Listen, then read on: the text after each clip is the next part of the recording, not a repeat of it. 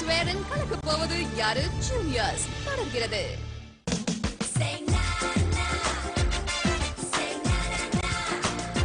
Welcome back to கலக்க போவது யாரு ஜூனியர்ஸ்.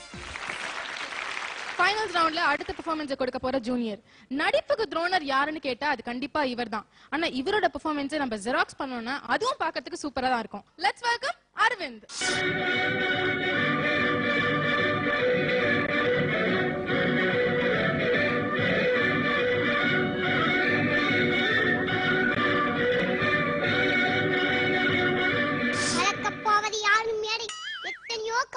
அறிமுகப்படுத்திக்கிறது, பல விசித்திரமான திறமசாலிகள் வாக்கிறது.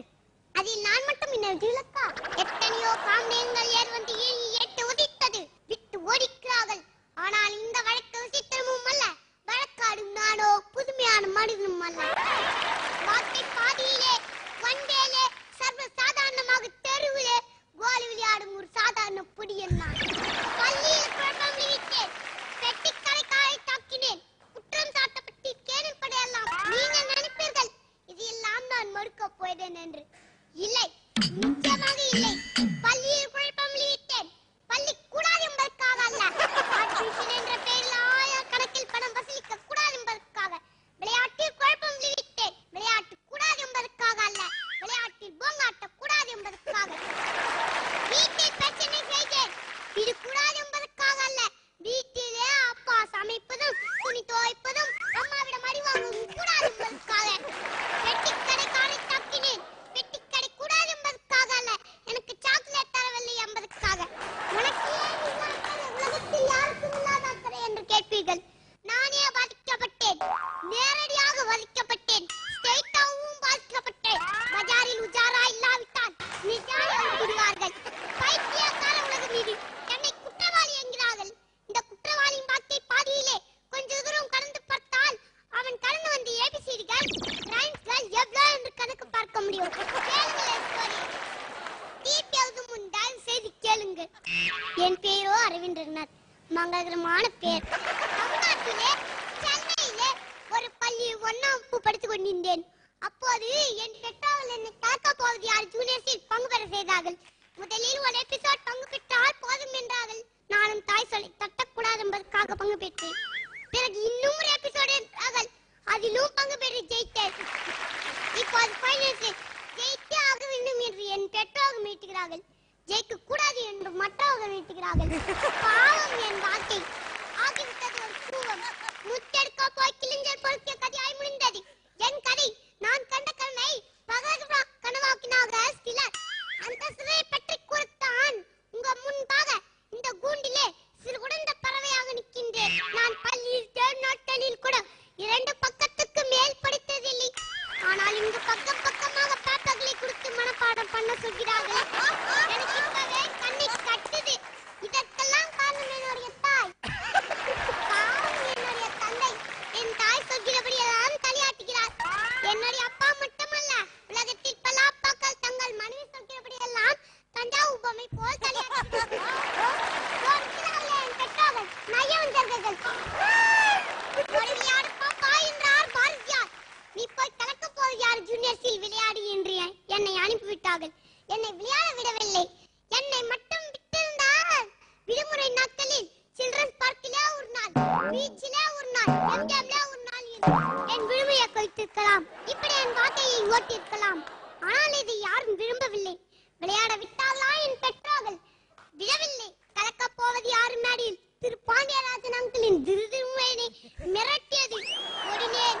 அச்சனாண்டி கோபில் திருப்பி என்னை பயமுடுத்தியது. ஓடினேன். தன்னாக்காவின் மேக்கப் என்னை துரத்தியது. ஆடியன்ஸின் அமைதி என்னை அச்சுறுத்தியது. ஓடினேன் ஓடினேன் விஜய் டிவி வாசல் வரை ஓடினேன்.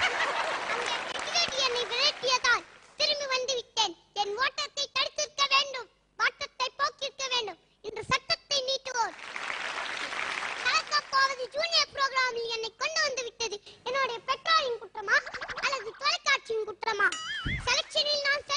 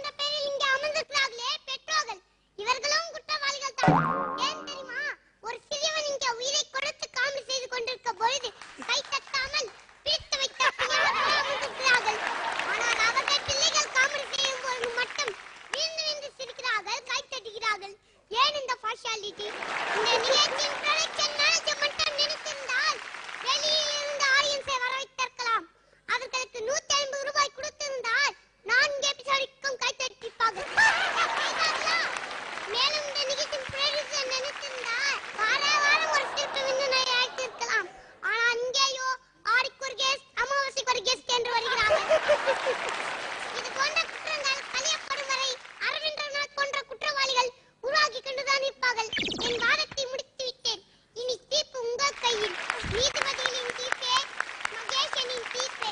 நன்றி, வணக்கம். பழைய பராசக்தி பெர்ஃபார்மன்ஸை நம்ம மறக்கிற அளவுக்கு ஒரு புது ட்ரெண்ட் செட்டிங் பெர்ஃபார்மன்ஸை கொடுத்திருக்காரு இந்த பராசக்தியில அரவிந்த் ரகுநாத். வந்து அந்த பராசக்தியில பார்த்தோம்னா நடிகர் திலகம் சிவாஜி கணேசனோட முதல் படம் அது. அதுல அவரோட பெஸ்ட் ஃபுல் டேலண்ட்டையும் அதுல காமிச்சிருந்தாரு. அதே மாதிரி இந்த பெர்ஃபார்மன்ஸ்ல இவரோட ஃபுல் பெஸ்ட் டேலண்ட்டையும் இவர் காமிச்சிட்டாரு. First Suja, how do you feel? எப்படி இருந்தது இந்த பெர்ஃபார்மன்ஸ்? உங்க பக்கத்துல நாங்கெல்லாம் ஒண்ணுமே இல்ல.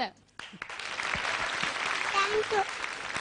எனக்கு வந்து ஒண்ணுமே புரியல. ஏன்னா நான் உங்களை பார்த்ததுல இருந்து முடிக்கிற வரைக்கும் சிரிச்சுட்டே தான் இருந்தேன். எப்படி உங்களால இப்படி முடிஞ்சது? உங்க அம்மாவை ஓட்டுறீங்க, அங்க உட்கார்ந்துருக்கவங்கள ஓட்டுறீங்க, என்ன ஓட்டுறீங்க, பாக்குறவங்களையும் ஓட்டிட்டு இருக்கீங்க. சான்ஸே இல்லைங்க. I love you so much. Thank you so much Suja. Judges என்ன சொல்ல போறீங்க? பாண்டிராஜன் சார் என்ன சொல்றது இவனை பத்தி? தூய தமிழ்ன்றது ரொம்ப கஷ்டம். அதுவும் நடிகர் திலகத்துடைய அந்த உச்சரிப்பு இருக்குல்ல, நடிகர் திலகத்துடைய ஆவி இங்க எங்கேயா இருந்ததுன்னா அவருடைய ஆத்மா உன்னை பார்த்து ஐயோ இவன் இல்ல வாரிசுன்னு சொல்லியிருக்கு. அதுக்கப்புறம் மகாத்மா காந்தியுடைய வரலாறுல காந்தி படத்துல கூட ஒரு காட்சி வரும். அவரை கூண்டுக்கு கொண்டு வரும்போது நீதிபதி எந்திரிச்சு நிற்பார். அந்த வகையில உனக்காக நான் எந்திரிச்சிக்கிறேன். தேங்க்யூ. எக்ஸலன்ட், பிரமாதம். Thank you sir. Thank you so much Pandirajan sir. Archana என்ன சொல்ல போறீங்க? இல்ல வந்து வெளி உலகத்துல தான் கலக்க போகுது யாரு ஜூனியர்ஸ்க்கு வில்லன் எனிமீஸ் எல்லாம் இருக்காங்கன்னு நினைச்சேன். ஒருத்தனை உள்ள வச்சு நாங்களே வளர்க்கறோன்றது இன்னைக்கு தாண்டா தெரிஞ்சது. அம்மா அப்பாவை போட்டு அந்த தாக்கு. ஆனா உண்மை நிறைய விஷயங்கள் நீங்க சொன்னது வந்து 100% உண்மை. 2 பேஜ் கூட நான் படிச்சது இல்ல, 5 பேஜ் ஸ்கிரிப்ட் எல்லாம் கொடுக்குறாங்களே அப்படின்னு ஃபீல் பண்ணீங்க. But Aravind, you are undoubtedly our little best boy on the show and we love you for it. Thank you so much judges. இப்படி ஒரு glorious-ஆன performance ஃபைனல்ஸ் ரவுண்ட்ல இப்ப நம்ம பார்த்தோம். அடுத்த glorious-ஆன performance அடுத்த டேலண்ட் கிட்ட இருந்து பார்க்கிறதுக்கு முன்னாடி இப்போ ஒரு சின்ன பிரேக். அது வரைக்கும் நீங்க கலகலன்னு சிரிங்க, கலக்கலா இருங்க. இது கலக்க போகுது யாரு? ஜூனியர்ஸ். ஆமாமா, நானே டெவலப் பண்ண ஃபாரின் போறான். நீ என்ன பப்ளிக்ல யூரின் போறியாடா? ஒரு வாட்டர் பாக்கெட் 1 ரூபாய் விக்கிறாங்க. ஆனா அது குடிச்சிட்டு பாத்ரூம் போறதுக்கு 2 ரூபாய் கேக்குறாங்க. என்ன கொடுமை சனியன். இவங்க பேர் தான் ரம்யா. சும்மா நிப்பாங்க டம்மியா. இந்த ஷூட்டிங் ஸ்பாட்டுக்கு கடைசியா வரது இவங்க தான். ஃபர்ஸ்டா வீட்டுக்கு போறவங்க இவங்க தான். SNM Kids Wear கலக்க போகுது